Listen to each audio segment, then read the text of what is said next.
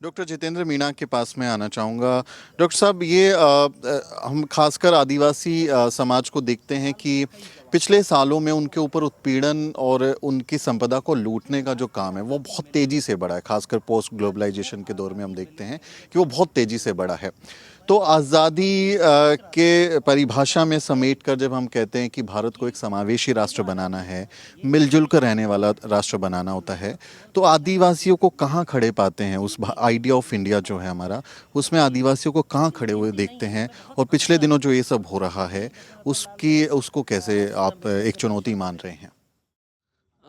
सुमित जी, अगर हम लोग आइडिया ऑफ इंडिया की बात करें तो जो आइडिया ऑफ इंडिया मार्केट में फ्लोट कर रहा है वो आइडिया ऑफ इंडिया दरअसल आदिवासियों का आइडिया ऑफ इंडिया नहीं है। पहली चीज़ तो ये जान लीजिए।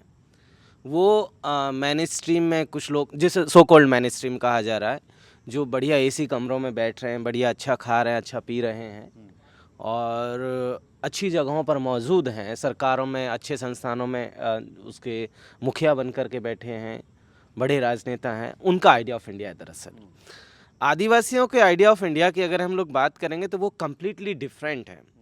आदिवासियों का आइडिया ऑफ इंडिया कहता है कि इस देश में जितने भी लोग हैं, वो आदिवासी हों चाहे गैर आदिवासी हों, तमाम लोग एक कलेक्टिवली सामूहिकता में सहअस्तित्व के साथ जिंदा रहें, साथ साथ आगे बढ़ें, कोई उसमें पीछे छूट ना जाए। और इसीलिए हम लोग देखते हैं कि जब संविधान सभा के भीतर बहस चल रही होती है और जयपाल सिंह मुंडा एक बात कहते हैं कि भारत छोड़ो आंदोलन के नाम से जो अंग्रेज़ों को भगाने का जो ये जो मुहिम चला है, ये तो बहुत नया नया फैशन में है। अगर आदिवासियों के हिसाब से वो कहते हैं कि अगर आदिवासियों के हिसाब से मैं बात कहूँ तो अंग्रेज सबसे, क्योंकि आखिरी में आए हैं और वो अब सबसे पहले जा रहे हैं, तो वो जाएं और उसके बाद जितने भी लोग बाहर से आए हैं उन सबको भी बाहर जाना चाहिए, इंक्लूडिंग आर्यंस तक, वो इस बात को कहते हैं। लेकिन उसके साथ साथ वो आगे एक बात कहते हैं कि हम आदिवासी लेकिन ऐसा बिल्कुल नहीं करेंगे कि हम कहें कि जो लोग आ गए हैं वो बाहर चले जाएं। जो आज की तारीख में जो लोग मुसलमानों को बाहर भगाने की बात करते हैं, कुछ और लोगों को बाहर भगाने की बात करते हैं, आदिवासी उसके खिलाफ में खड़ा हुआ है, क्योंकि आदिवासी सहअस्तित्व में विश्वास करता है, भाईचारे में विश्वास करता है। और इसीलिए संविधान सभा के भीतर उसी मीटिंग में जयपाल सिंह मुंडा एक बात और कहते हैं, जब संकल्प प्रस्ताव पेश किया जा रहा होता है और जब संकल्प प्रस्ताव में लोकतंत्र की बात कही गई थी, तब कहा गया था जयपाल सिंह मुंडा के द्वारा कि यह संकल्प प्रस्ताव आदिवासियों को लोकतंत्र नहीं सिखाने जा रहा है, क्योंकि आदिवासी इस धरती के सबसे लोकतांत्रिक लोग हैं और आर्यों की फौज है जो इस देश में लोकतंत्र को खत्म कर रही है। तो अगर किसी को लोकतंत्र सीखना है तो आर्यों की फौज को सीखना है और वो आदिवासियों से सीखने की जरूरत है। ये बात वो वहां पर कहते हैं। अब आते हैं कि किस तरीके की संसाधनों की लूट आज की तारीख में चल रही है। ये जो आइडिया ऑफ इंडिया है, दरअसल आइडिया ऑफ इंडिया में हो ये रहा है कि जितना भी रिसोर्सेज है उन रिसोर्सेज में स्टेट अपना कंट्रोल कर ले या कुछ इंडिविजुअल्स या एक ग्रुप ऑफ इंडिविजुअल्स उन रिसोर्सेज पर कंट्रोल कर ले। आदिवासियों के भीतर देखेंगे तो पाएंगे कहीं पर भी प्राइवेट प्रॉपर्टी का नोशन नहीं है। कभी भी उन्होंने ये क्लेम नहीं किया कि ये जमीन मेरी है और इस पर मेरा मालिकाना हक है। उन्होंने क्लेम किया कि ये जमीन हमारी और हम सब का इस पर मालिकाना हक है और हम सब लोग सामूहिकता के साथ इसका उपयोग करेंगे जितनी हमें जरूरत होगी। ये बात आदिवासी लगातार कहते आ रहे थे और इसीलिए हम देखते हैं कि 1864 में जब अंग्रेजी हुकूमत आ गई थी यहाँ पर, उससे पहले से आ गई थी, लेकिन जब वन नीति बनाई थी, फॉरेस्ट पॉलिसी जब बनी थी, उस समय का डेटा कहता है कि इस देश के आदिवासियों के पास में इस पूरी की पूरी टेरिटरी की 50% लैंड की ऑनरशिप थी। उस समय उस पर वो अपना दावा करते थे, दावा कर रहे थे, जिसको वो प्रोटेक्ट कर रहे थे। 1927 तक आते आते जब सेकंड टाइम फॉरेस्ट पॉलिसी बनी, वो घट करके 35% रह जाती है। मींस वो जमीन आदिवासियों से छीन करके अंग्रेजों ने अपने कंट्रोल में ले ली। 1980 में जब आजादी के बाद फिर से फॉरेस्ट पॉलिसी बनी, वो जमीन घट करके 21% आ जाती है। और उसके बाद जैसे जिस ग्लोबलाइजेशन की बात आप करते हैं, लिबरलाइजेशन की बात करते हैं, उसके बाद तो लगातार हमले चल रहे हैं। हम देखने को मिलेगा कि इस देश में आजादी के बाद कहा गया था कि लैंड रिफॉर्म किए जाएंगे, लैंड की ऑनरशिप होगी, लैंड का डिस्ट्रीब्यूशन होगा। आदिवासियों के मसले में आप देखेंगे तो पाएंगे कि उन्हें ऑनरशिप नहीं दी गई। आज़ादी के बाद पहली दफ़ा 2006 में फॉरेस्ट राइट एक्ट आया था, जिसके तहत कहा गया था कि आदिवासियों को ज़मीन पर मालिकाना हक दिया जाएगा। ये पहली दफ़ा था।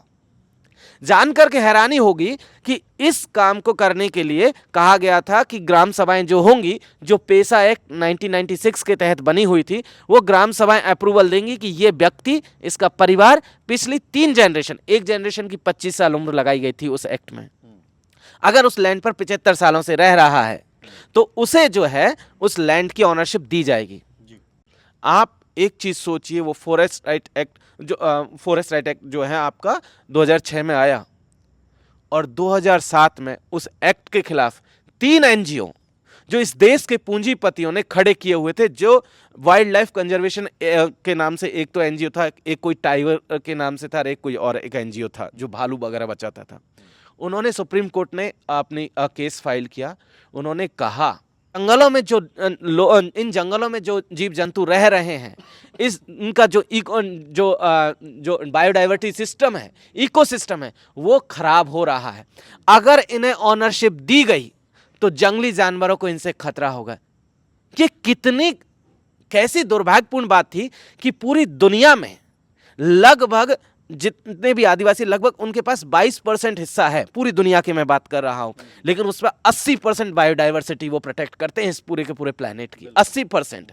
और उसी के खिलाफ आप देखते हैं कि यहां कहा जा रहा है कि वो बायोडाइवर्सिटी के लिए खतरा है, और वो केस चलता है, और 2019 में जाकर के उसका फैसला आता है, और उस एक्ट के तहत मात्र इस देश में सिर्फ 42 लाख एप्लीकेशंस आते हैं, जिसमें इंडिविजुअल के साथ साथ कलेक्टिव भी जो है ऑनरशिप के पट्टों की दावेदारी की गई थी, एप्लीकेंट्स थे। लेकिन आपको जानकर के हैरानी होगी कि 11 करोड़ से ज्यादा आदिवासी हैं, सिर्फ 19 लाख लोगों को जो है पट्टे दिए गए। 19 लाख, 11 करोड़ का आप डेटा निकाल करके देखिए, लगभग 9% भी नंबर नहीं बैठता है, वो 9% भी नहीं है अगर फैमिलीज के हिसाब से भी देखें तो ऐसे में आपको पता चलेगा कि रिसोर्सेज उसके हाथ से छीन लिए गए। 2022 में फिर से फॉरेस्ट कंजर्वेशन एक्ट आ रहा है, उसको डाइल्यूट कर दिया गया है, ग्राम सभाओं के अधिकारों को खत्म कर दिया गया है। अब कहा जा रहा है कि ग्राम सभा की परमिशन की जरूरत सरकारों को नहीं पड़ेगी, सीधे कंपनियां या सीधा एडमिनिस्ट्रेशन उनकी जमीनें छीन सकता है। आपको एक चीज मैं बता देना चाहता हूं, ये जो लड़ाई आज चल रही है जो रिसोर्सेज की, संविधान सभा की जब बहस चल रही थी, आर्टिकल 13 की बहस के तहत जयपाल सिंह मुंडा ने एक बात कही थी। उन्होंने कहा था कि आदिवासियों के पास जो लैंड है उसे मूल अधिकारों में शामिल किया जाए, अन्यथा मेरे लोगों को दिक्कतें होंगी, मेरे लोगों को आप नहीं टिकने दोगे, क्योंकि मेरे लोग आपके इस सिस्टम से ना वाकिफ हैं, उन्हें इस सिस्टम की बारीकियां, इसकी चालाकियां नहीं मालूम है, इसलिए हमारे लैंड की ऑनरशिप दे दी जाए मूल अधिकारों के तहत। लेकिन उसे रिफ्यूज कर दिया गया।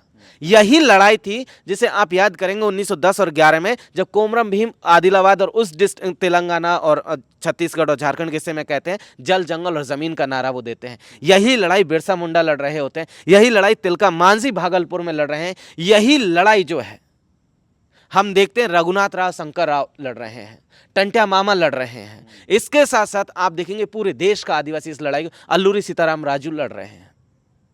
लेकिन वो लड़ाइयाँ संविधान सभा तक आते आते उनकी बात को जब हम लोग आर्टिकल 13 की बहस को कर रहे होते हैं, तब कहा जाता है कि जब आदिवासियों के ऊपर जो कमेटी बनी हुई है, जो कि एक गैर आदिवासी अपर कास्ट ब्राह्मण गोपीनाथ बारदोलोई जो असम के केस में थे, जो नॉर्थ ईस्ट के मसले को देख रहे थे, और इधर जो है ठक्कर साहब जो गुजरात के ब्राह्मण थे, वो आदिवासियों के ऊपर जो कमेटी बनी थी उसकी चेयरमैनशिप कर रहे थे। कहा गया था कि ये जब कमेटी अपनी रिपोर्ट देंगी तब आदिवासियों के सवालों को लिया जाएगा, और उन कमेटियों की रिपोर्ट तक आते आते आप देखेंगे पता चलेगा कि पूरा खेल पलट दिया गया। मूल अधिकार से लेकर के तमाम तरीके की बहस चली गई, और उसका खामियाजा आज इस देश का आदिवासी उठा रहा है कि तमाम संसाधन उससे छीन लिए गए। जो उसकी लड़ाई थी, जिसके ऊपर उसका सर्वाइवल टिका था, जिसके ऊपर उसकी कल्चर टिकी हुई थी, वो ज़मीन है, वो उसका जंगल और वो उसकी ज़मीन, उसका जल, पहाड़ सब छीन लिया गया, और लगातार छीना जा रहा है। और यही सबसे बड़ा संकट है कि जो हमारा हुक्मरान आज की तारीख में है, जिससे ये उम्मीद की गई थी, जो आइडिया ऑफ इंडिया की आप बात कर रहे थे शुरू में, उसके आइडिया ऑफ इंडिया में आदिवासी है ही नहीं दरअसल। उसके अगर आइडिया ऑफ इंडिया में आदिवासी होते तो विकास की परिभाषाएं, ये नेशन बिल्डिंग की पूरी प्रोसेस आदिवासियों से शुरू होती, आदिवासी उसके सेंटर में होते। लेकिन आज की तारीख में आदिवासी उसके सेंटर में नहीं है, उसे एक आंकड़ों में बना करके रख दिया गया है। और इसीलिए आज की तारीख में आप देखेंगे कि इस देश का आदिवासी, चाहे वो हसदेव में हो, सिलगेर में हो, नेतरहाट में हो, राजस्थान हो, गुजरात हो, एमपी हो, लगातार एक बात कह रहा है, I am not your data. मैं तुम्हारी फाइलों में बंद आंकड़ा नहीं हूं, मैं तुम्हारे जनगणना रजिस्टर में दर्ज आंकड़ा नहीं हूं, मैं इस देश का आदिवासी हूं, मैं इस देश का मूल निवासी हूं और मेरा इस देश पर पहला हक है।